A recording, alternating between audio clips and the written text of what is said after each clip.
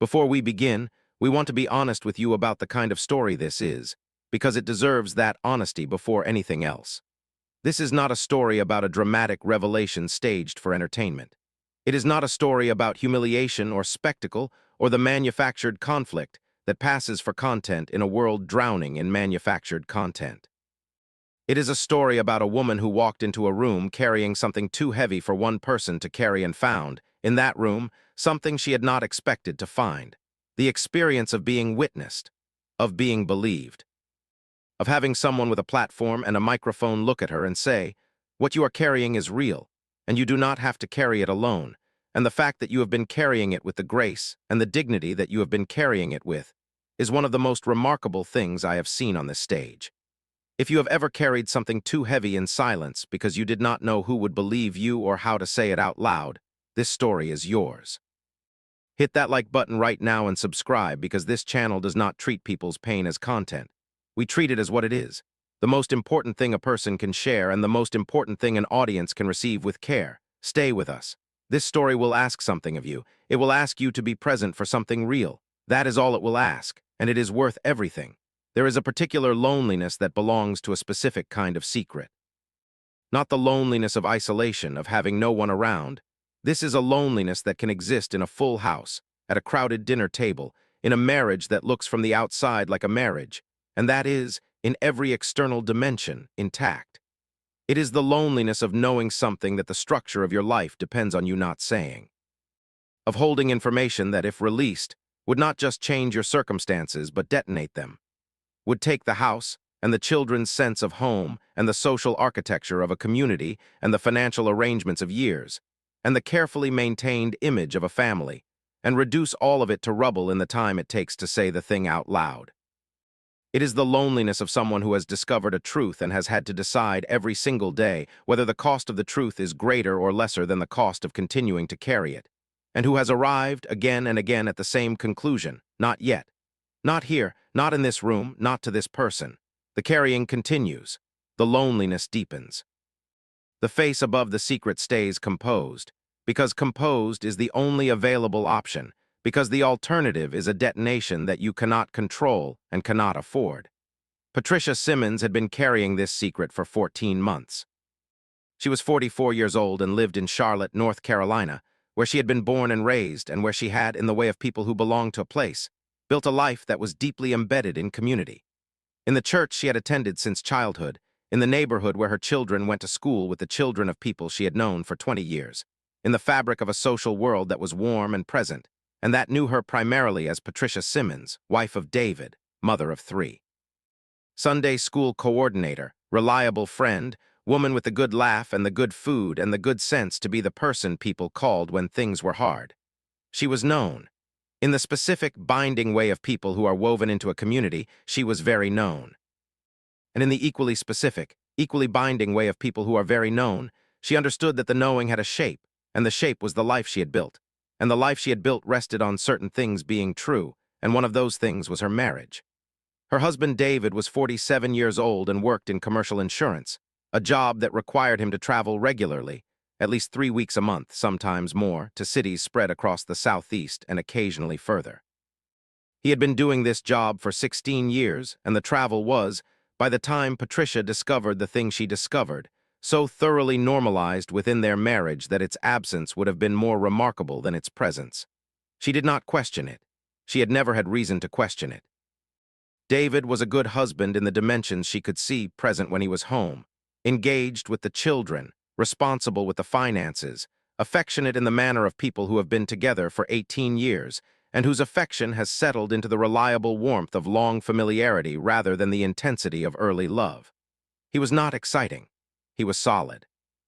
And Patricia, who had grown up in a house where the ceiling sometimes felt low and the walls sometimes felt close, and the drama was more than anyone needed, had chosen solid deliberately, had valued it, had trusted it. She had found out on a Tuesday afternoon in October of the previous year, in the specific, mundane, utterly ordinary way that enormous things are discovered, not through a dramatic confrontation or a caught lie or anything that the human narrative sense would have scripted as appropriate to the size of the revelation, through a misdirected text message. David had meant to send a message to a contact in his phone labeled with a name Patricia did not recognize, and had sent it instead to the family group chat. The one with Patricia and their 3 children, 16-year-old Jordan, 13-year-old Essence, and 9-year-old Marcus, before catching the error and deleting it, which was not as fast as he needed it to be because Patricia had already opened it. The message itself was not explicit. It was 4 words, domestic in their content, the kind of 4 words exchanged between people who share a life and its logistics. Can you pick up Marcus? Patricia had stared at those 4 words for a very long time, not because of what they said, because of the name on the contact, the name that was a woman's name. The name followed by, in David's meticulous phone organization, a small house emoji. She had not said anything. She had put her phone in her pocket and had made dinner and had helped Marcus with his homework and had watched television with David and had gone to bed and had not slept and had risen the following morning and had made breakfast and sent the children to school and had spent the day doing something that she would later describe, in the interview she gave after the episode aired, as the most difficult thing she had done in her entire life, which was to search carefully and methodically for the truth about her husband's life without alerting him that she was searching.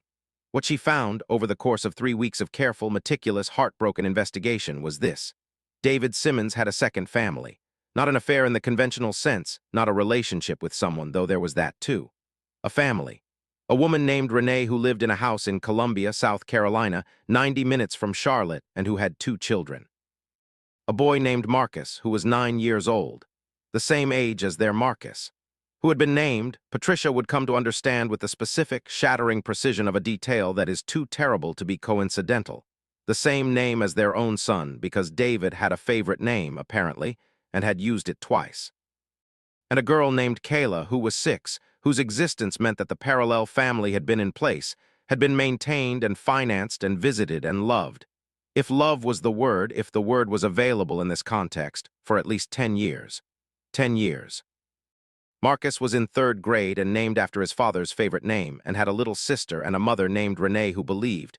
Patricia had to assume that she was in a relationship with a man who was available to be in it, a man whose schedule was complicated because of work, a man who drove 90 minutes sometimes to be with her, and sometimes did not come home when he said he would, and who had, 10 years earlier, made a child with her and named him Marcus. 14 months. She had known for 14 months. She had not told the church, because the church was David's church too, and the implications were beyond what she could navigate in the state she was in. She had not told her closest friends, because her closest friends were also mutual friends, and the detonation would be communal, and she was not ready to be responsible for what that produced in other people's lives while she was barely managing what it was producing in her own. She had not told Jordan, who was 16 and perceptive, and already occasionally looked at his parents with the attentive, slightly worried attention of a teenager who senses that something in the atmosphere of the house is not what it presents itself as. She had not told her mother, who had heart problems, and for whom the news carried health implications that Patricia was not willing to risk. She had told one person. Her cousin Vanessa, 38 years old, who lived in Atlanta and whom Patricia had called in the 3rd week of knowing, at 11:30 on a Saturday night when David was in Columbia or wherever David went, and who had listened for 2 hours without interruption, and who had said at the end of it exactly what Patricia needed to hear and nothing more. "I'm here. Whatever you need, I'm here."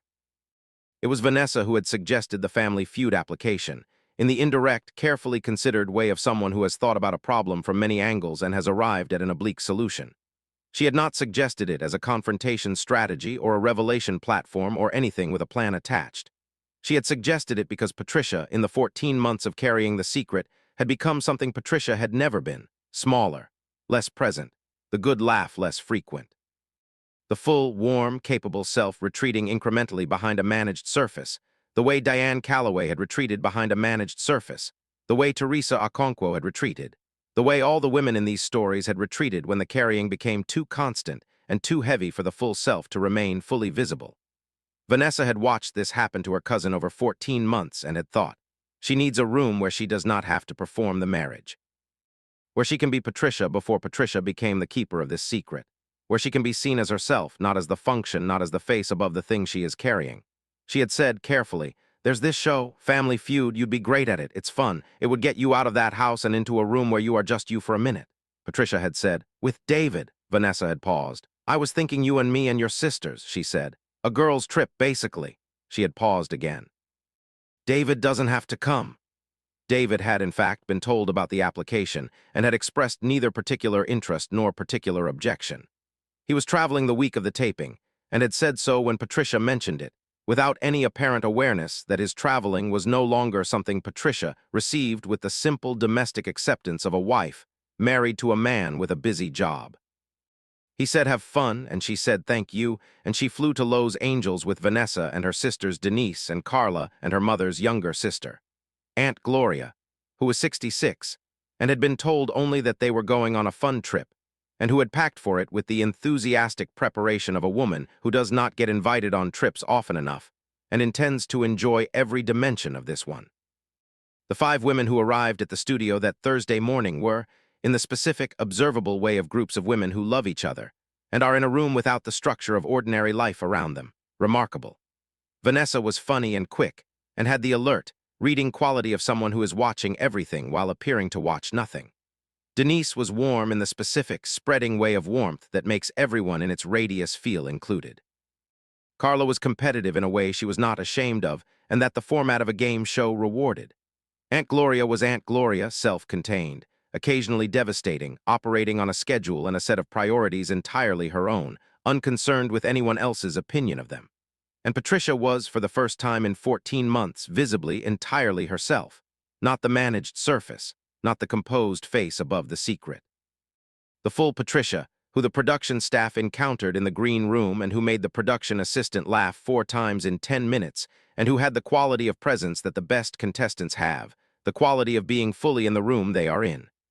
Steve Harvey found her in the first 2 minutes and did not lose her for the rest of the game. She was exceptional. There is no other word for it. She was sharp and fast and warm and funny with the specific timing that is either innate or the product of a lifetime of being the person who held the room together. And she held this room together in a way that the audience responded to with the particular, genuine enthusiasm reserved for people who are not performing engagement, but simply are engaged, simply alive in the moment, simply present in the way that she had not been able to be present for 14 months in the house where the secret lived. Steve Harvey watched her and thought, with the instinct that had governed 30 years of hosting, that this was someone whose ordinary life had not been giving her enough room. He did not know why he thought this. He thought it because he had been reading people on stages for 30 years, and the quality of someone who has been given back their full self for an hour, even temporarily, has a specific brightness to it, a quality of relief underneath the joy, that is distinguishable from ordinary confidence if you are looking for it. The game was extraordinary in the way that games are sometimes extraordinary when the people inside them are fully alive to what they are doing. The Simmons women, Simmons by birth or by proximity, played with the collective intelligence and humor of people who have loved each other for decades and know exactly how the other thinks, which in Family Feud is an advantage that no amount of strategic preparation can replicate. Aunt Gloria gave an answer in the second round that made Steve Harvey stop and sit on the contestant podium for a moment, unable to immediately continue the game. Carla's competitive streak produced 3 of the family's highest-scoring answers. Denise made the audience love them within 5 minutes. Vanessa watched everything. And Patricia played with the fullness of herself, the complete version, unmanaged and unedited, for an hour of her life that she would later describe as the most like herself she had felt in over a year. It was in the pause between rounds, in the brief, semi-formal interval of the game where Steve Harvey typically engaged in some version of conversation with the contestants, that it happened. Not because Patricia planned it, not because Vanessa had engineered it, not because anyone in the room had a plan. It happened the way things that have been held too long and too tightly eventually happen, because the holding had reached its limit, and the room was safe enough, and the person asking the question was present enough, and the 14 months had simply run out. Steve Harvey had been talking to Patricia with the genuine, curious attention he brought to people who interested him, asking the kind of questions that were not quite the standard small-talk questions, because he had been listening carefully enough to know that the standard small-talk questions would not reach the level at which she was actually operating. He asked about her life in Charlotte. She answered with warmth and specificity.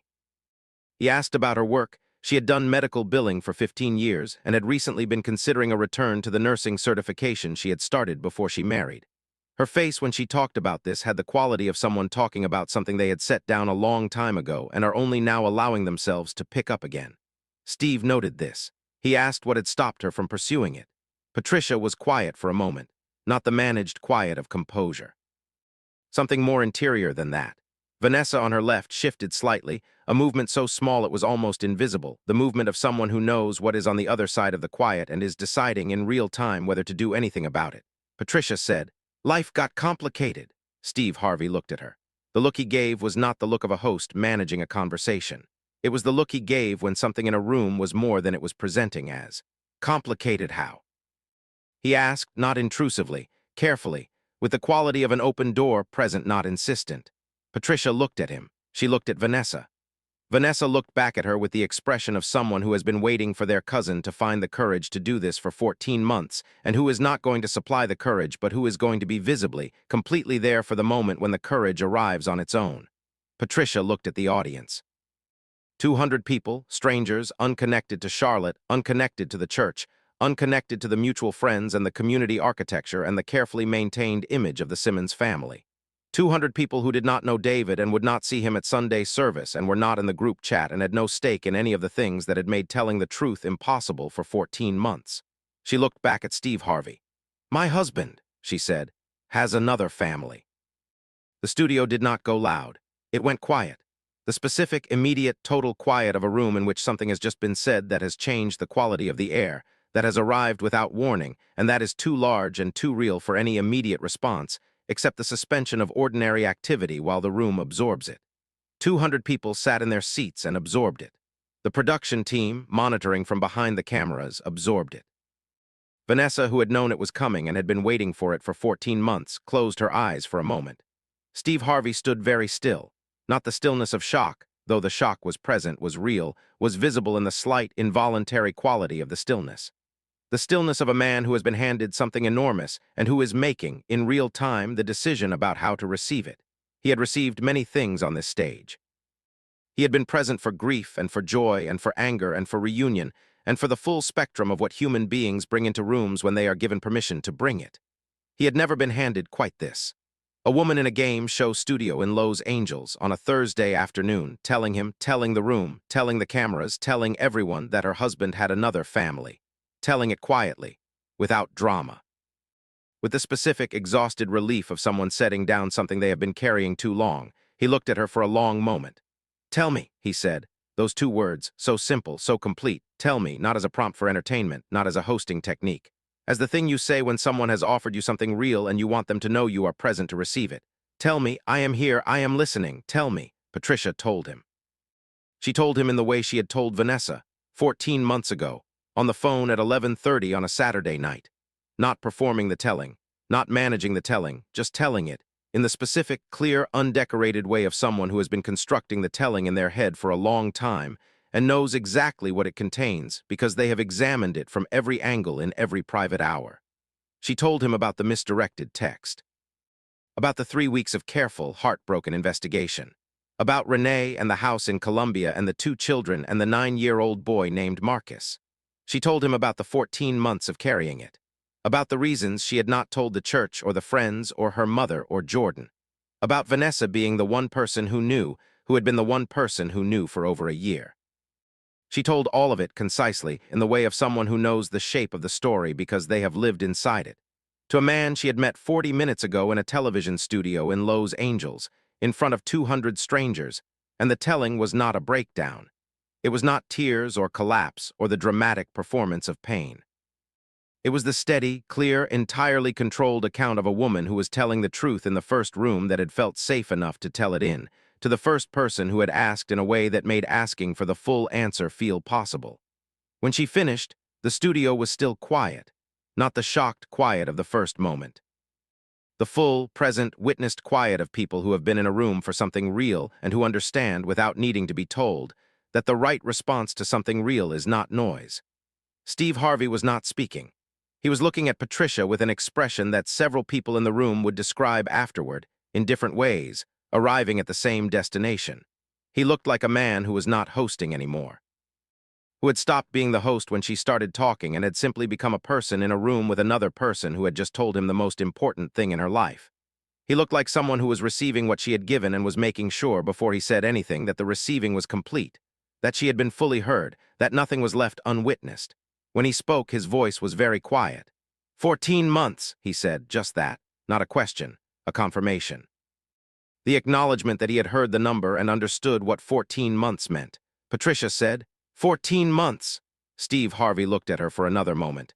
Then he did something that no one in the studio had been prepared for, that the production team had not anticipated, that the format had no instruction for. He sat down. Not on the hosting podium, on the edge of the stage at her level, a man who had decided that the height differential of the hosting position was not appropriate for this conversation, and who had corrected it the only available way. He sat down and he looked at Patricia Simmons at eye level and he said, I need you to hear something from me. And I need you to hear it as coming from a person, not from a television show, because this is not a television moment. This is a person moment. Do you understand the difference? Patricia looked at him. Yes, she said. Good, he paused. You have been carrying this for 14 months, by yourself essentially, because one person is essentially by yourself when the thing you are carrying is this large. You have kept your children's home intact. You have kept your community intact. You have kept your mother protected. You have gone to church and made dinner and helped with homework and been the person that everyone in your life depends on being exactly who you are, and underneath all of that, every single day, for 14 months, you have been carrying the knowledge that your husband has a second family. He paused. I want to ask you something, and I want you to know that whatever the answer is, I am not going to judge it. How are you still standing up? Patricia looked at him. For the first time since she had started talking, something moved across her face that was not composure and was not the controlled clarity of the telling. Something that was simply the response of a person being asked the right question by someone who means it. She said, my kids are the reason I am still standing up. If it were just me, she paused. If it were just me, I don't know, she paused again. But it's not just me. Steve Harvey nodded slowly. They are lucky, he said. Your children are so lucky to have you, he paused. And I want to say something else. The fact that you have protected them, that you have maintained their sense of home and safety and normalcy for 14 months while carrying this, that is not weakness. I have heard people describe women in situations like yours as weak, as not strong enough to leave, not strong enough to confront, not strong enough to act. That is not what I see. He looked at her directly. What I see is a woman who has been strong enough to protect everyone who needed protecting, including herself, until the moment was right. And I want you to know something, the moment is yours. Whatever you decide to do with this, when you decide to do it on the timeline that belongs to you and not to anyone else's expectations, that moment is yours. Do you understand that? Patricia looked at him. I understand that, she said. I just needed to say it out loud somewhere. I needed to say it to someone who didn't have anything to lose by hearing it. Steve Harvey was quiet for a moment. Then he said, I'm glad it was here. I'm glad it was in front of these people. He looked at the audience. 200 people who had come to watch a game show and were sitting in the specific, extraordinary stillness of witnesses. Because you deserved witnesses. What you have been carrying deserved witnesses, and now it has them. He could not continue the game. He knew this and did not try to pretend otherwise. He announced it simply and directly. The game would pause, the family would be supported, the format stepped aside. It stepped aside with the same graceful acknowledgement that it always stepped aside with when what was happening in the room exceeded the container of the format. Because the format was never the point. The people were always the point. Patricia was met, in the recess that followed, by the show's counseling resource, a therapist experienced in domestic betrayal and its aftermath.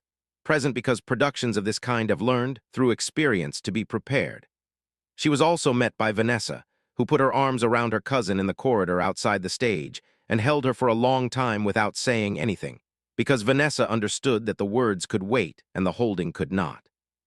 Denise and Carla and Aunt Gloria arranged themselves around the two of them in the corridor, 4 women forming a circle around a fifth, in the specific, ancient, unrehearsed way that women who love each other form circles around the member who needs it.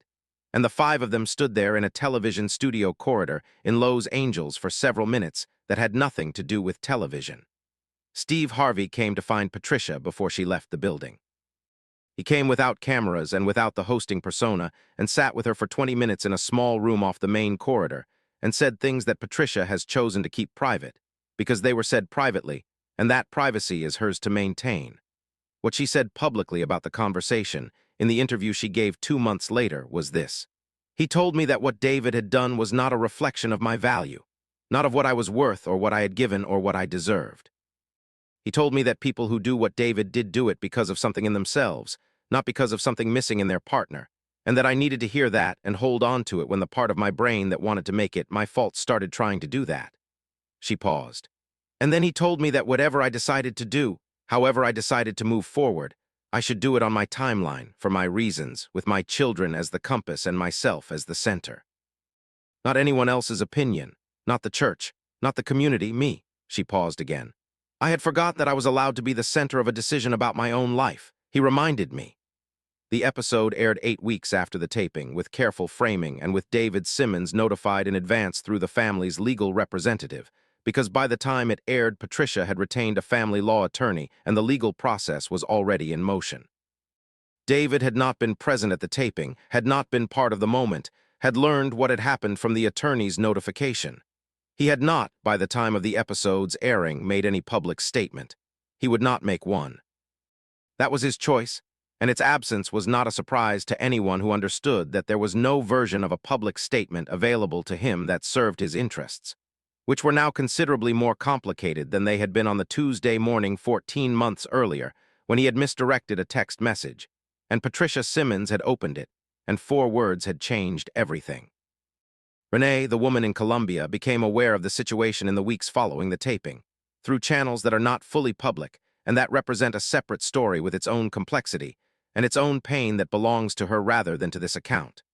She was also, it emerged, a woman who had been operating under incomplete information, who had not known, according to the account she gave through a mutual intermediary, that David had a wife and 3 children in Charlotte, who had been told that he was divorced, who had made a life with a man on the basis of information she had been given by that man, and whose information had turned out to be as manufactured as everything else he had constructed. She was not, in other words, a co-conspirator. She was the other side of the same betrayal, differently located, differently wounded, with 2 children of her own who would also spend time in a therapist's office working through what their family had become when the truth arrived. The response to the episode when it aired was unlike any the show had received for any episode in recent memory. Not in volume alone, though the volume was extraordinary, the clip reaching 120 million views in the first 10 days, but in its composition. The messages came from women who recognized the carrying, who recognized the performing of the intact life above the secret, who recognized the specific, compound loneliness of knowing something that you cannot say, because the cost of saying it in the wrong room is too high. They came from women who had been carrying things for 6 months and for 2 years and for 11 years, things that were different in their specifics but identical in their weight, who watched Patricia Simmons set her weight down in a television studio in Lowe's Angels and felt, watching her do it, something in themselves loosened slightly, some possibility being modeled that they had not known was available. The possibility of finding the safe room, of saying the thing out loud, of having witnesses. They also came, and this was the part that the show's production team had not anticipated, and that moved them most, from women who had never had the secret to carry, but who recognized in Patricia something they recognized in themselves from a different angle, who recognized the managed surface above something too large to express in the ordinary rooms of their lives, who watched Patricia tell Steve Harvey that she had needed to say it to someone who didn't have anything to lose by hearing it, and found in that sentence the articulation of something they had been trying to articulate about their own experience of the rooms they lived in. That the truth requires a safe room. That a safe room requires witnesses who are not implicated in what the truth might change. And that finding such a room is not easy and not always possible, and is, when it happens, worth everything. A domestic violence and coercive control advocacy organization shared the episode with its entire network, noting specifically that what Patricia had experienced, the sustained management of the secret, the protection of the image, the isolation of being unable to tell the people closest to her, had the structure of coercive control even in the absence of physical violence. That the financial entanglement and the community architecture and the management of information were forms of control that operated through structure rather than threat, and that were, for precisely that reason, often invisible until they were named. The organization used the episode in its training materials for first responders and community advocates as an illustration of how these situations present and how they are most helpfully received when someone in a position of trust encounters them. Patricia Simmons, in the year after the taping, did the things that needed doing in the order they needed doing. She worked with her attorney. She worked with a therapist twice a week for the first 6 months. She told Jordan with Vanessa present and with the school counselor informed in advance because Jordan was 16 and perceptive and was going to handle this better with support available. Jordan had listened to his mother tell him and had been quiet for a long time and had then said, in the specific, arrived at way of a teenager who has processed something difficult and come out the other side with a feeling that is clean rather than complicated. I knew something was wrong. I'm glad you told me. I'm glad you're okay. He had then asked if he could call his grandmother, which was exactly the right instinct, and Patricia had said yes. She told her mother. Her mother did not have a heart attack. Her mother sat in the kitchen in Charlotte and listened to her daughter tell her the truth, and then she made tea and she said, with the particular authority of a woman who has been 68 years in the world and has had occasion to know the difference between things that can be survived and things that cannot. You are going to survive this. I know because I know you, and I know what you are made of, and what you are made of is more than this. She paused. Drink your tea. Patricia drank her tea. The children were supported through the transition with the care that children deserve when the adults in their lives are navigating something enormous. School counselors, family therapy, the consistent, present love of a mother who had chosen, 14 months ago and every day since, to prioritize them above everything, and who continued to prioritize them in the new configuration that the truth had created. They were not untouched by what had happened. That would not be honest. They were 9 and 13 and 16, and what had happened was real and large and not something that childhood can simply step over. But they were held. They were not alone in it. They had Patricia and they had Vanessa, and they had Denise and Carla and Aunt Gloria, and they had their grandmother in Charlotte, and they had the community that closed around them when the truth came out. Not the community Patricia had feared, not the one that would judge or gossip or manage its own comfort at her expense, but the better version of community. The one that shows up, that brings food, that says we are here, that does not require the managed surface because it is built for the real one. Steve Harvey was asked, in the interview that was his last about this episode, what he had felt when Patricia told him. He said, I want to be precise about this, I felt the weight of it, physically. When she said it, I felt the weight of what she had been carrying land in the room. And I thought, 14 months of managing that. 14 months of getting up in the morning and making the breakfast and going to church and being Patricia, being the full, capable, extraordinary person she is, while carrying that underneath. He paused. And then I thought about why she had told me. Why here, why this room, why this conversation? And what she said later, that she needed someone who didn't have anything to lose. I think about that a lot. I think about how many people are carrying things that they cannot put down in any of the rooms they normally inhabit. How many people need a room that is outside the structure, outside the implications, outside the cost? And I think about what it meant that this room could be that for her, even briefly. He was quiet for a moment. I don't take this job lightly. I have never taken it lightly. But I take it more seriously now than I ever have, because I understand more clearly now than I ever have that sometimes the most important thing this stage can be is just a safe room. Just a place where someone can say the true thing to someone who has nothing to lose by hearing it. He paused.